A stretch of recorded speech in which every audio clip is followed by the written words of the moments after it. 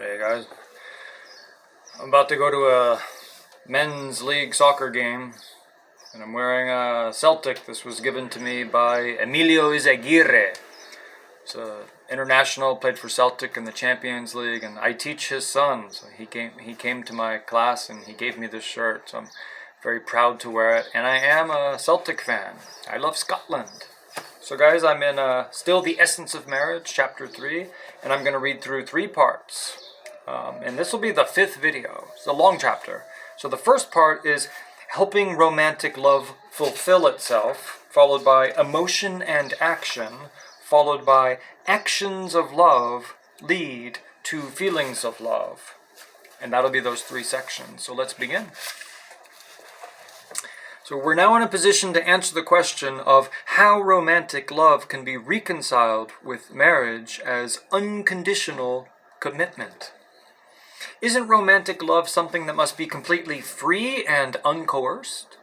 And isn't it inevitable that intense desire for someone else simply can't be sustained, and therefore it's inevitable that we'll need to seek another person who can reawaken the joy of love in us? This is false. Isn't it true that fully monogamous, lifelong marriage is the enemy of romantic affection? These are kind of rhetorical. The answer is no. No, this is not true. In fact, unconditional covenantal commitment helps romantic love fulfill itself. No one has made a stronger case for this than the Danish philosopher Søren Kierkegaard. So Kierkegaard writes of 3 possible outlooks on life, what he calls the aesthetic, the ethical, and the religious. He says that all of us are born aesthetes, aesthetic, aesthetes. Excuse my pronunciation. And we only become ethical or religious through our choices. So what is the aesthete or aesthetic? The aesthete doesn't really ask whether something is good or bad, but only whether it is interesting, or with the aesthetics, whether it's beautiful. But everything is judged as to whether it is fascinating, thrilling, exciting, and entertaining. So an aesthetic aspect is important to any life lived well and happily, but when the aesthetic dominates a life, it creates huge problems. An aesthete often claims to be a free individual.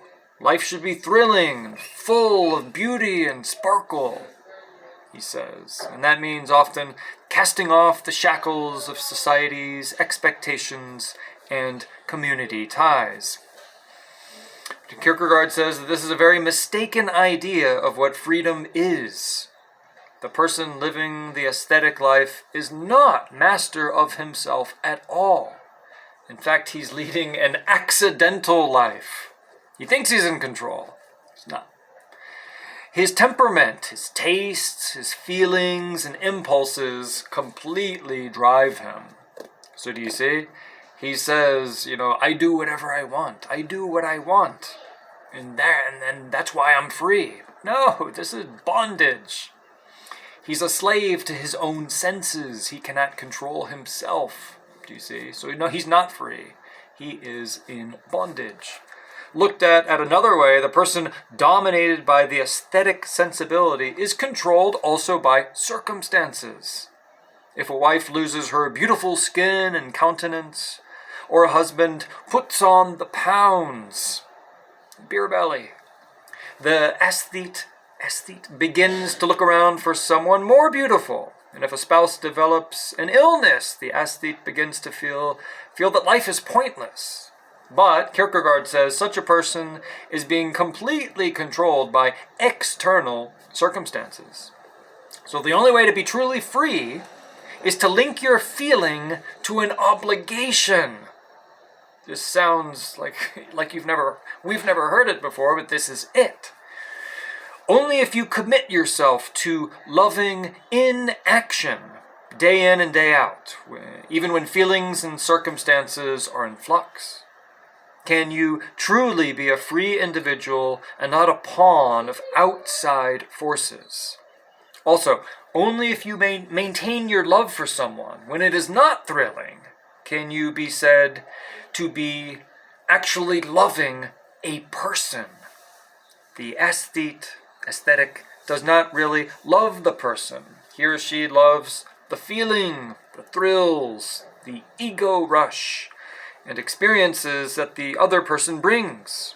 And the proof of that is when those things are gone, right? When these things are gone, when the riches are gone, the money's gone, the looks are gone, the aesthete has no abiding care or concern for the other. See, she'll break up with you, leave you. The foundations were bad in the first place. So Kierkegaard has shown us the limitations of romantic passion, but he is not ready to dismiss it as unimportant. And not at all, nor does he pit feeling and obligation against one another, though sometimes they feel opposed to each other.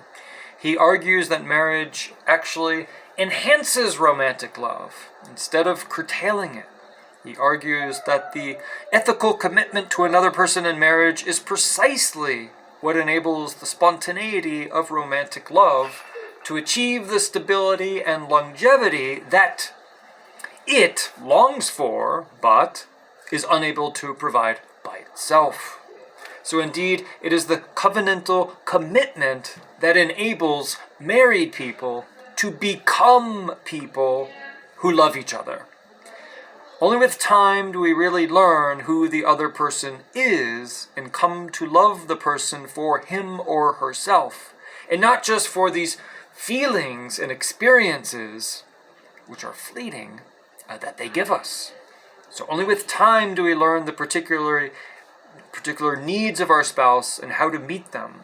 And eventually all this leads to wells of memory and depths of feeling and enjoyment of the other person that frames and enhances the still crucial episodes of romantic sexual passion in your married life.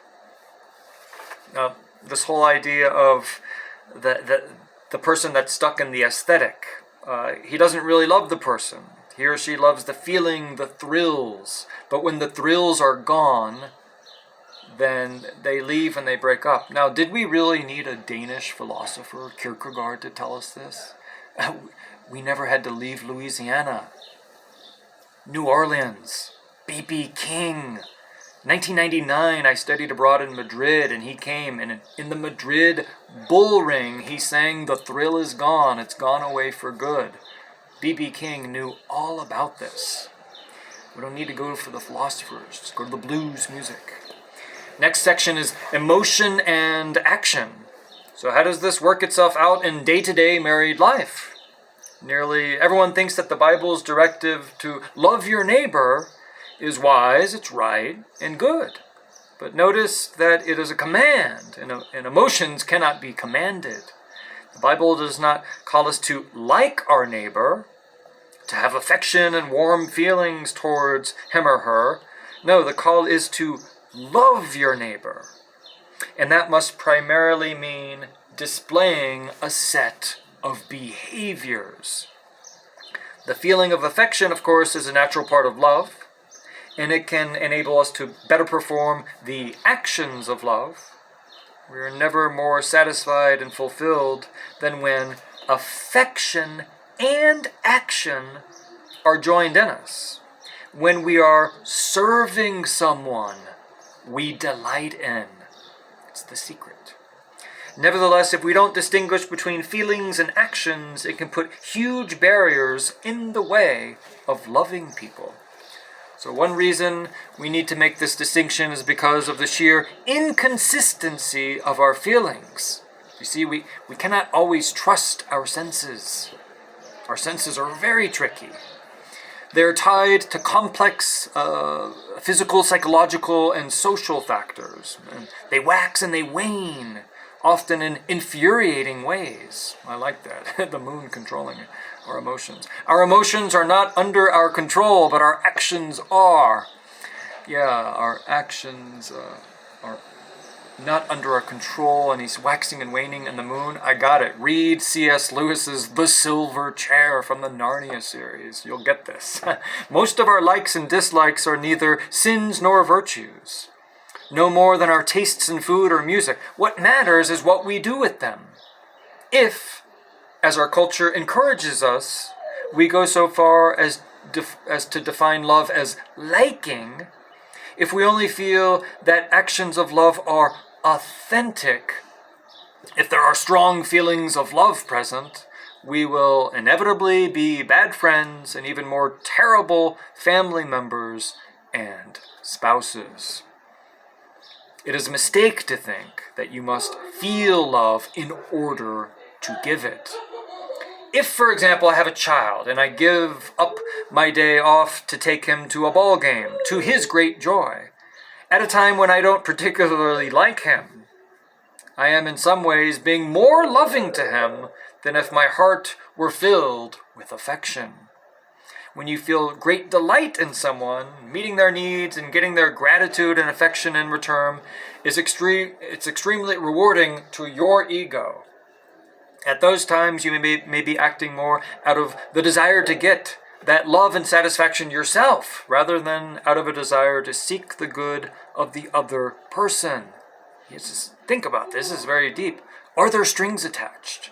Does this have to do with your fulfillment? Like, why are you doing this for this other person? Are there strings attached? Does your left hand know what your right hand is doing? As Kierkegaard observed, you may not be loving that person so much as loving yourself. This is very tricky. And when we only do the actions of love, when we are having strong feelings of love, we often love unwisely. Parents out of, so-called love can spoil their children. I'm a language arts teacher. I experience this every day, dealing with spoiled children. Spouses out of love can enable destructive behavior in each other. The reason this happens is that we're, above all, afraid of the displeasure of the beloved. We're afraid that he or she will be angry, say harsh things, and we cannot bear that. And this only affirms that we don't really love the person and his or her best interest. And here's the key, I kind of highlighted this part. We love the affection and esteem we are getting from that person. And all this means that you can indeed love, and love truly and wisely, when you lack the feeling of love. That's kind of like the summary. So if your definition of love stresses affectionate feelings more than unselfish actions, you will cripple your ability to maintain and grow strong love relationships. On the other hand, if you stress the action of love over the feeling, you enhance and establish the feeling. This is like a great secret. That is one of the secrets of living life as well as of marriage. And this is the last part. Actions of love lead to feelings of love. And I'm always happy when I just glance at the text and I see C.S. Lewis. In one of his BBC radio talks during World War II, C.S. Lewis expounded on the basic Christian virtues. Guy, please read Mere Christianity. Read it 10 times. Amazing book, including those of forgiveness and charity, or what we call love. And for the British, the word was then unavoidably divided into allies and enemies. Soviet Union, Britain, United States. In that situation, Lewis said, many of his countrymen and women found the Christian doctrine of forgiving and loving all human beings to be not just impossible, but repugnant. This sort of talk makes me sick, many said to him. But Lewis went on to argue that, despite feelings of indifference and even contempt, you can change your heart over the long haul through your actions. And I quote C.S. Lewis, though natural likings should normally be encouraged, it would be quite wrong to think that the way to become charitable is to sit trying to manufacture affectionate feelings. The rule for all of us is perfectly simple. Do not waste time bothering whether you love your neighbor. Act as if you did. As soon as we do this, we find one of the great secrets. When you are behaving as if you loved someone, you will presently come to love him.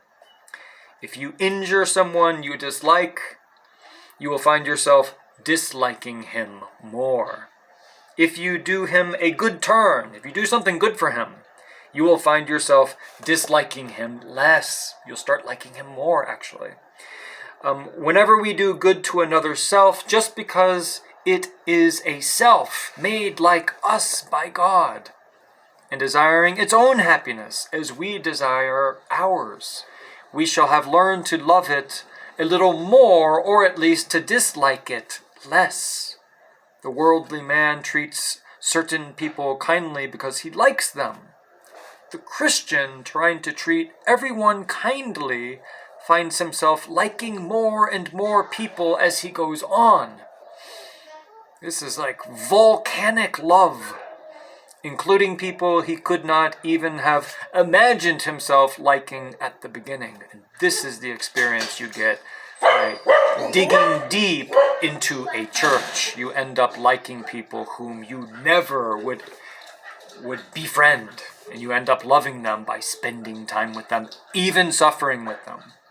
Lewis then used an illustration that had great potency, particularly at the time of World War II. This same spiritual law works terribly in the opposite direction. So the Germans, perhaps at first ill-treated the Jews. The Germans ill-treated the Jews because they hated them. But afterwards they hated them much more because they had ill-treated them. The more cruel you are, the more you will hate. And the more you hate, the more cruel you will become. Read the Narnia series. Focus on the White Witch. And so on, and it's just a vicious circle, goes round forever. So early in my ministry, this would be Tim Keller talking, I discovered this practical insight in an unexpected way. A pastor is required to befriend a lot of people that he would never otherwise choose as friends. Doctors and counselors talk sympathetically and personally with people, but that happens within the strict confines of the office and the work week. But pastors live with the people they shepherd. They visit with them and eat and play with them in restaurants and parks and in their homes, and while talking to them about their life issues and problems. So as a young minister, I was immediately struck by how different a life this called me to live. Like everyone else, up till that time I had let my likings and affections strictly determine who I spent time with. When I moved to Virginia and took the church, however, I met plenty of people in the congregation that, if I had moved there with some other job, I would not have pursued as friends. It wasn't that I didn't like them. I just shared no affinities with them. There was no spark of the kind you feel when you want to spend more time with someone. I think he probably couldn't find people that were huge fans of Lord of the Rings and C.S. Lewis's books. Nevertheless, as their pastor, if anyone needed to talk to me at 3 a.m., I was there. If they went to the hospital, I was there. If a family's son ran away from home, I got in my car and went out to find him. I sat in their homes, went to their children's graduations, I went to their family picnics. I shared my heart with them as they shared theirs with me. And that's what it is to be a pastor, especially in a smaller church in a small town. I was called upon to do all the actions of love with a lot of people to whom I was not emotionally drawn. And it changed me. And this came home to Kathy and me one day after we'd been at church only a couple of years. Okay, this is a very interesting story right here. We had a mid-week day off, and we're deciding how to spend it. And I thought of a particular couple in the church and proposed that we visit them or have them over. She looked at me astonished and said, "Why on earth? What are you thinking?" This particular couple had few or no friends. They had many personal problems that made them unattractive to others and indeed to each other. Kathy certainly understood the need to see them and spend time with them, but this was our one day off. And surely time with this couple was ministry work. But for a moment I was surprised by her surprise. And then I laughed when I saw what had happened. For months I had been investing much time, thought, and emotion into helping this couple move forward in life. In short, I had been doing various actions of love by listening, serving, sympathizing, confronting, forgiving, affirming, sharing with them. And after all that, I realized I had actually come to like them. So why did that happen? Was it because I was so holy and spiritual? Nope, not in the slightest. It was because I'd stumbled onto the practical principle that Lewis was just talked about. I had been loving them even when I didn't like them. And the result was that, slowly but surely, my emotions were catching up with my behavior. And if you do not give up, but proceed to love the unlovely in a sustained way, they will eventually become lovely to you. And we can just think about how we can apply this in our lives by going out of our way to love the unlovely.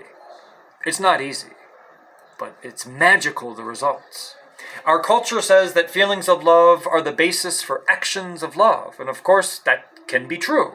But it is truer to say that actions of love can lead consistently to feelings of love, and love between two people must not, in the end, be identified simply with emotion or merely with dutiful action. Married love is a symbiotic, it's a complex mixture of both. And having said this, it's important to observe that of the two, emotion and action, it is the latter, action, that we have the most control over. It is the action of love that we can promise to maintain every day. And that is the end of the section.